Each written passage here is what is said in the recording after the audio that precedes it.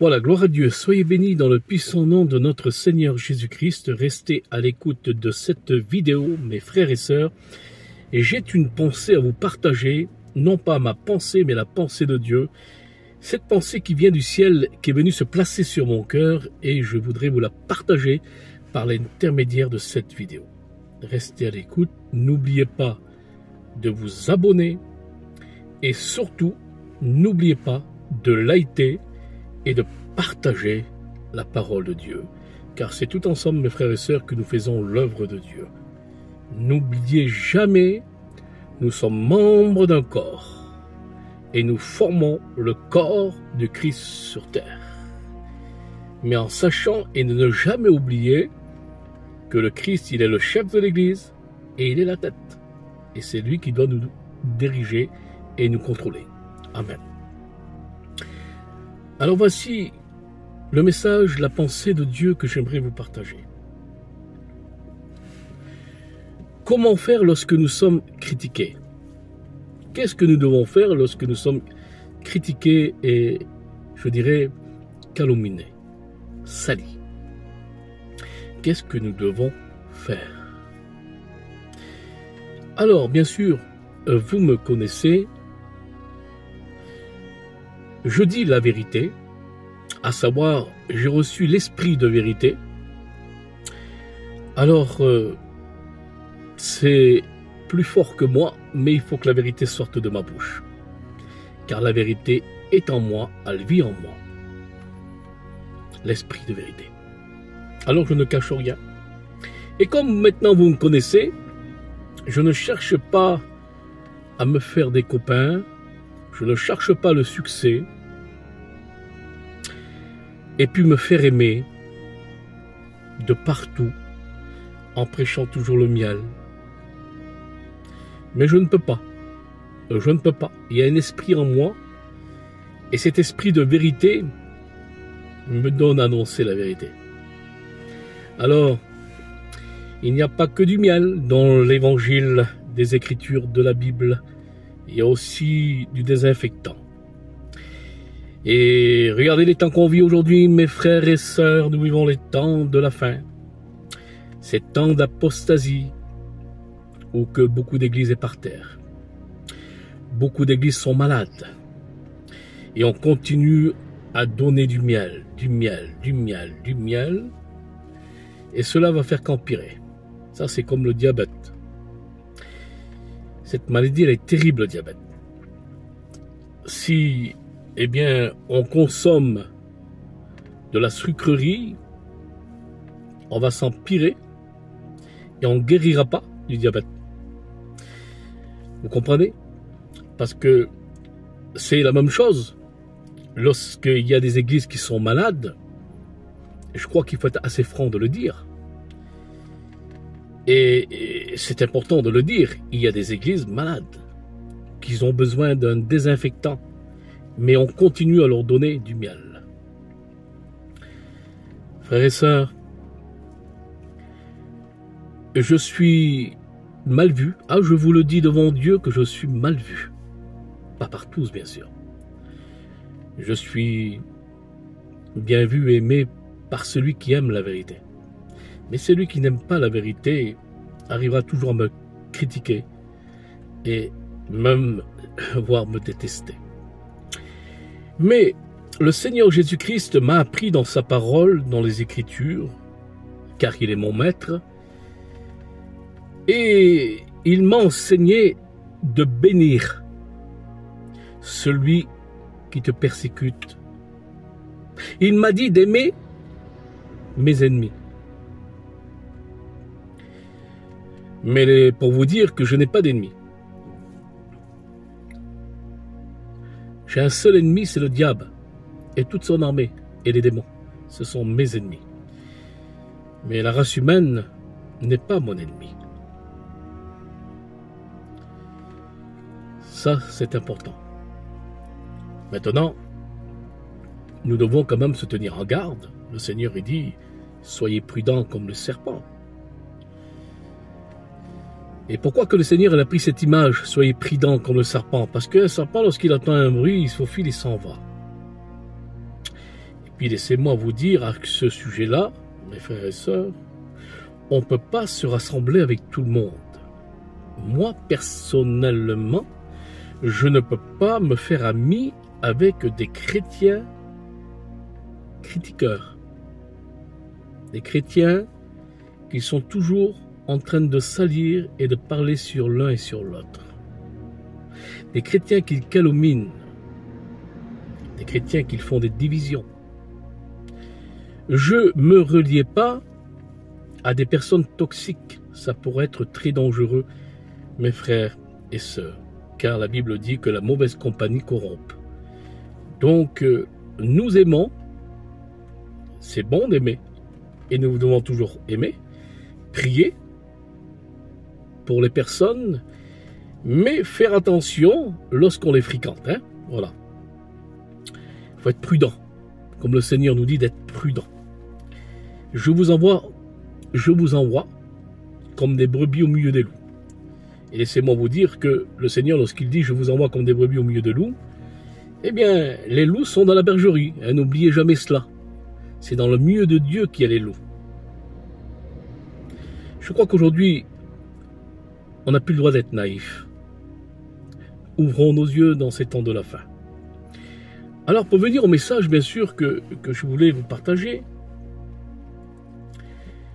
comment faire lorsque nous sommes critiqués, mal vus, jugés, calomniés? Alors bien sûr, ça fait mal. Lorsqu'on entend dire des choses sur nous, c'est pas agréable d'écouter cela. C'est la vérité. Mais il faut savoir une chose, que nous avons mis foi en notre Seigneur Jésus-Christ et puis toute notre confiance en Dieu. Et nous avons un défenseur qui n'hésitera pas à défendre le juste. Parce que c'est un Dieu de justice que nous avons. Alors notez bien cela, mes frères et sœurs. Un Dieu de justice. Et vous y inquiétez pas. Vous y inquiétez pas lorsque vous êtes critiqué, mal jugé, mal vu, des faux témoignages, beaucoup de mensonges sur vous. Dieu est là pour vous défendre. Dieu est là pour vous défendre. C'est ce que j'ai vu, moi, dans ma vie. Et c'est ce que ces choses-là ont été concrètes dans ma vie. J'ai vu ce Dieu de justice. Je l'ai vu prendre ma défense. Et vous savez, l'importance, c'est lorsque nous sommes critiqués, mal jugés. C'est à partir de là que je peux vous dire que nous gênons le diable. Parce que le diable va attaquer toujours, il attaquera toujours un homme et une femme déterminés dans les choses de Dieu, bouillants. C'est ces personnes-là qui vont s'attaquer. Parce que laissez-moi vous dire, lorsqu'on devient bouillant dans l'évangile, à partir de là, nous commençons à gêner les tièdes. Excusez-moi de l'expression, c'est une vérité. Bouillant, et lorsque nous sommes bouillants pour l'évangile, bouillants pour le Seigneur, c'est à partir de là que nous gênons l'église tiède, les assemblées tièdes. Alors mes frères et sœurs, où se trouvent les attaques? Dans nos assemblées. Mais réjouissons-nous lorsque nous sommes persécutés parce que nous faisons la volonté de Dieu. Il faut se réjouir, mes frères et sœurs. Et vous y inquiétez pas. Ce qui a été dit sur vous et des faux témoignages qui ont été dit sur vous, n'oubliez jamais cela. Toutes ces calomnies, cette médisance et tout ce qui a été fait sur vous, si cela reste des mensonges, ne vous faites pas de soucis lorsqu'il y a des faux témoignages qui courent sur vous. Le Dieu de vérité, le Dieu de justice, prendra votre défense. Et il va confondre. Et il confond. c'est important. Alors pourquoi, je dirais, des chrétiens qui font du mal sont toujours là en train de parler, en train de critiquer, en train de salir, voire même, je dirais même des pasteurs.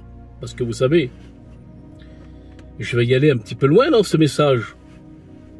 Moi, au sujet de la parole de Dieu, je n'ai pas de retenue. Il y en a beaucoup qui prennent cette Bible là, vous voyez, et qui se la mettent en dessous le bras là. Comme ça.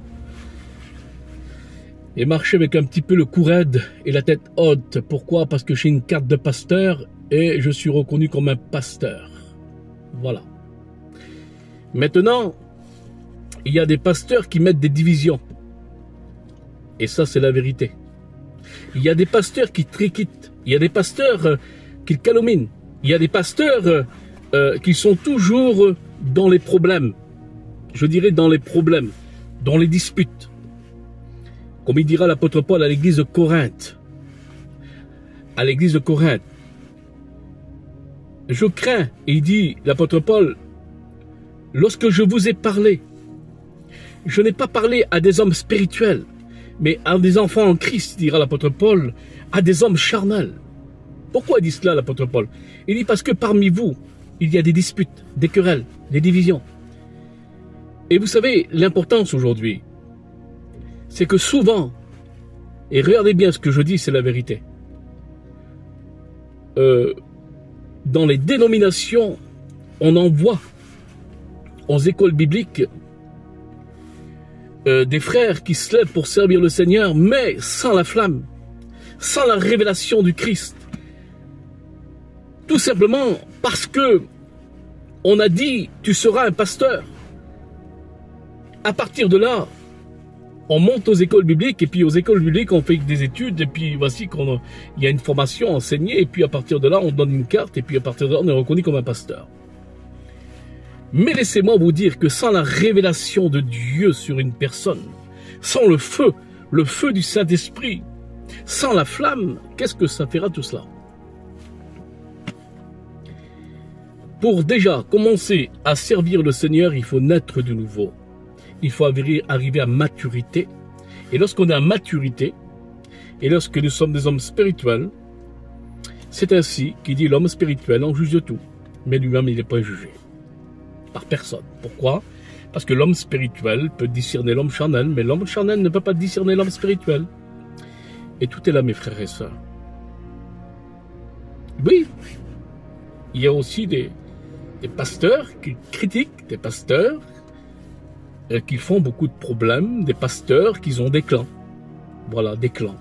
Ils ont une catégorie de personnes avec qui ils restent et des clans. Alors, ils ont une détection de personnes. Voyez-vous? Une détection de personnes. Voilà, des clans. Oui, il y en a.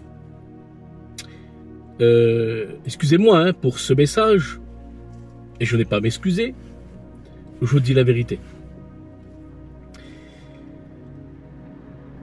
Il y a de vrais pasteurs, de vrais hommes de Dieu, qu'ils sont à maturité, des hommes qui ont reçu la révélation du Christ dans leur vie et qui sont scellés du Saint-Esprit et qu'on voit la puissance à travers eux. Et un homme de Dieu ne critique pas.